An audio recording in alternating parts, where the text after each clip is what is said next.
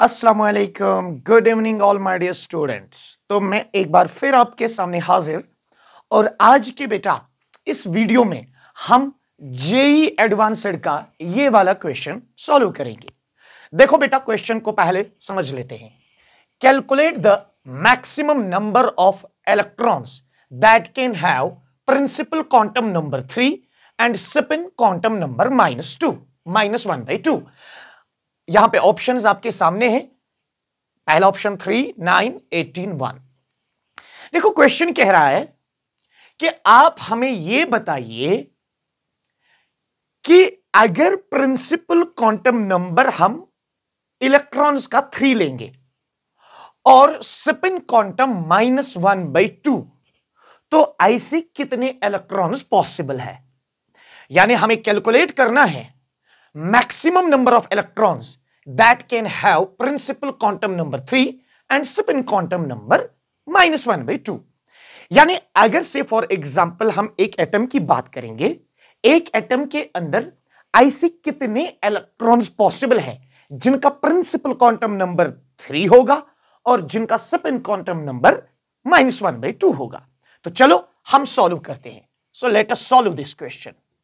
देखो बेटा, यहां पे क्वेश्चन में गिवन है कि प्रिंसिपल क्वांटम नंबर कितना होना चाहिए, दैट इज 3। इलेक्ट्रॉन्स के लिए प्रिंसिपल क्वांटम नंबर कितना होना चाहिए, 3 होना चाहिए। और स्पिन क्वांटम नंबर जो है वो कितना होना चाहिए, -1/2। देखिए बेटा, अगर हम यहां बात करेंगे कि इलेक्ट्रॉन्स का n का वैल्यू होना चाहिए 3, प्रिंसिपल क्वांटम नंबर 3 होना चाहिए, इसका मतलब है ये जो इलेक्ट्रॉन्स है ये थर्ड एनर्जी लेवल में होने चाहिए। तो अगर हम बेटा बात करेंगे if n is equal to 3, अगर ये थर्ड एनर्जी लेवल है, दैट मींस यहां जो L के वैल्यूज पॉसिबल है azimuthal quantum number, that's equal to 0, 1 and 2। Because you know, अगर n की वैल्यू गिवन होगी तो L की वैल्यू 0 to n-1 होते हैं। That means if n is equal to 3, L can be equal to 0, 1, 2. And you know, अगर बेटा L की वैल्यू 0 है, this represent is the S subshell, 1 represent is the P subshell, and 2 represent is the D subshell. तो that means इस third energy level में आपको बेटा एक तो 3S सबशेल मिलेगी, एक तो 3P सबशेल मिलेगी, एक तो बेटा 3D। तो अगर हम बात करेंगे अब कि जो थर्ड एनर्जी लेवल है, थर्ड एनर्जी लेवल में 3S subshell, 3P subshell and 3D subshell. तो अगर हम बात करेंगे बेटा 3S सबशेल की, तो 3S subshell consists of only one orbital, that's called 3S orbital. और अगर हम 3P सबशेल की बात करेंगे तो 3P सबशेल में आपके 3 ऑर्बिटल्स आते हैं, that is 3P X, 3Py and 3Pz। और अगर फिर हम बात करेंगे 3D की, तो बेटा याद रखिए 1, 2, 3, 4, 5, तो इसमें 3 बेटा इसमें 5 3D ऑर्बिटल्स होंगे। नाउ यहां पे हम बात करेंगे कि इस S सबशेल में मैक्सिमम कितने इलेक्ट्रॉन्स रह सकते हैं, 2 रह सकते हैं, because we have to calculate the maximum number of electrons in this third energy level. तो यहां पे जो P सबशेल है इसमें मैक्सिमम कितने रह सकते हैं बेटा, दैट्स इक्वल टू 6। और जो आपकी D सबशेल है इसमें मैक्सिमम कितने इलेक्ट्रॉन्स रह सकते हैं, दैट्स 10।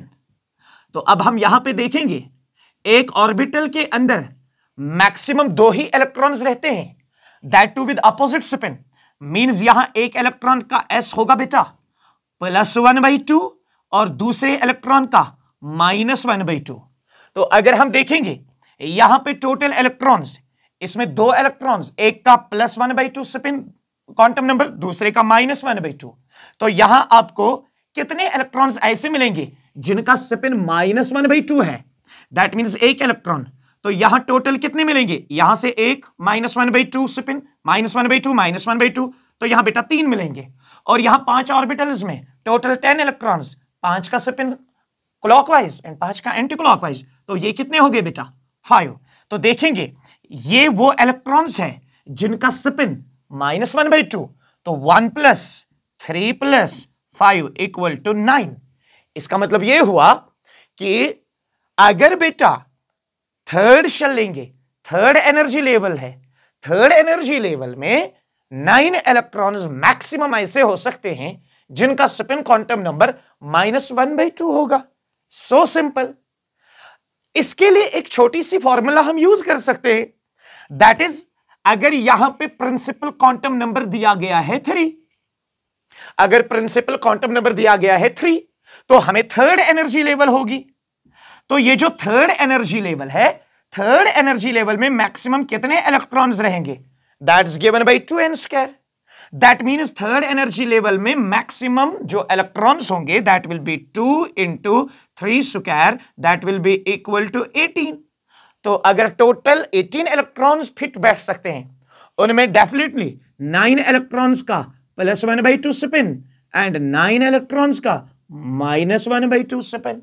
सो ये तो एक ही सेकंड में हो जाएगा, लेकिन मैंने यहां पे थोड़ा सा प्रोसीजर बता दिया ताकि आपको क्वेश्चन के साथ साथ कुछ और भी बेटा क्लियर हो जाए।